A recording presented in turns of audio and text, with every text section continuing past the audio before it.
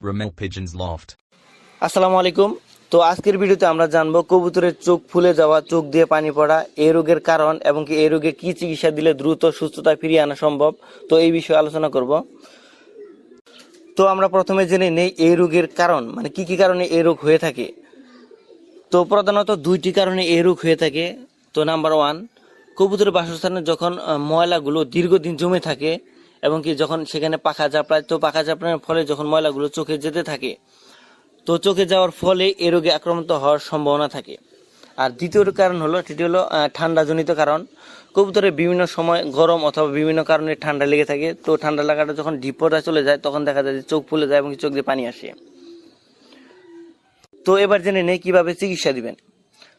তো যখন প্রথম অবস্থায় আক্রান্ত হয়, যখন বুঝতে পারবেন যে এগুলো এইরকম রোগে আক্রান্ত হয়েছে, তো সাথে সাথে কবুতরগুলো আলাদা করে ফেলবেন, অন্যান্য কবুতরের সংস্পর্শে রাখবেন না। তো তারপর প্রথমে কবুতরটি আপনার কানের কাছে নেবেন। কানের কাছে নেওয়ার পর যদি মানে নিঃশ্বাসের সাথে গড় গড় শব্দ শোনেন, তাহলে ভাববেন যে এই রোগের সাথে ঠান্ডাজনিত রোগের একটি কারণ রয়েছে।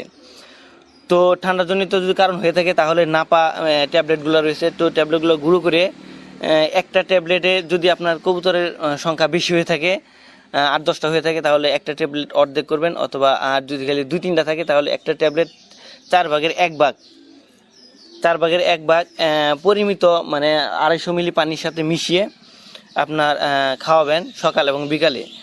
আর চোখে লাগানোর জন্য আপনি সিপ্রোসিন ড্রপ রয়েছে, তো সেই ড্রপটি যে কোনো ভেটেরিনারি দোকানে পাবেন আপনারা। তো ভেটেরিনারি দোকান থেকে আনার পর তো চোখে লাগানোর আগে টিস্যু অথবা কাপড় দিয়ে চোখ পরিষ্কার করে নেবেন, মুছে নেবেন। মুছে নেওয়ার পর এই চোখে এবং কি দুই চোখেই 1 ফোঁটা করে সকাল এবং বিকাল এভাবে কন্টিনিউ দিতে থাকবেন।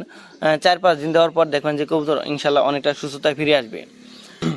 তো কবুতর যখন প্রথম অবস্থায় আক্রান্ত হয়, তো তখনই এই রোগের চিকিৎসা দেওয়ার চেষ্টা করবেন, তাহলে অতি দ্রুত সুস্থতায় ফিরিয়ে আনা সম্ভব হবে। কিন্তু যখন এগুলা দীর্ঘস্থায়ী, মানে যখন ডিপ পর্যায়ে চলে যাবে, তখন চিকিৎসা দিলে দেখা যায় অনেকাংশেই মানে কবুতর সুস্থতায় ফিরে আসে না। আবার অনেক ক্ষেত্রে দেখা যায় কবুতর খায় না এবং কি দুর্বল হয়ে যায়। দুর্বল হতে হতে দেখা যায় একসময় মারা যায়। আর সবসময় চেষ্টা করবেন কবুতরের বাসা যেন পরিষ্কার পরিচ্ছন্ন থাকে, আলো বাতাসের ব্যবস্থা থাকে। তো এই ছিল আজকের ভিডিও। দেখা হচ্ছে অন্য কোনো ভিডিওতে, অন্য কোনো টপিকে। তো সে পর্যন্ত সবাই ভালো থাকে এবং কি বিভিন্ন ধরনের টিপস পেতে এবং কবুতর সম্পর্কে জানতে এই চ্যানেলটি সাবস্ক্রাইব করে আমাদের সাথেই থাকুন। তো সবাই ভালো থাকেন, সুস্থ থাকেন। আল্লাহ হাফেজ।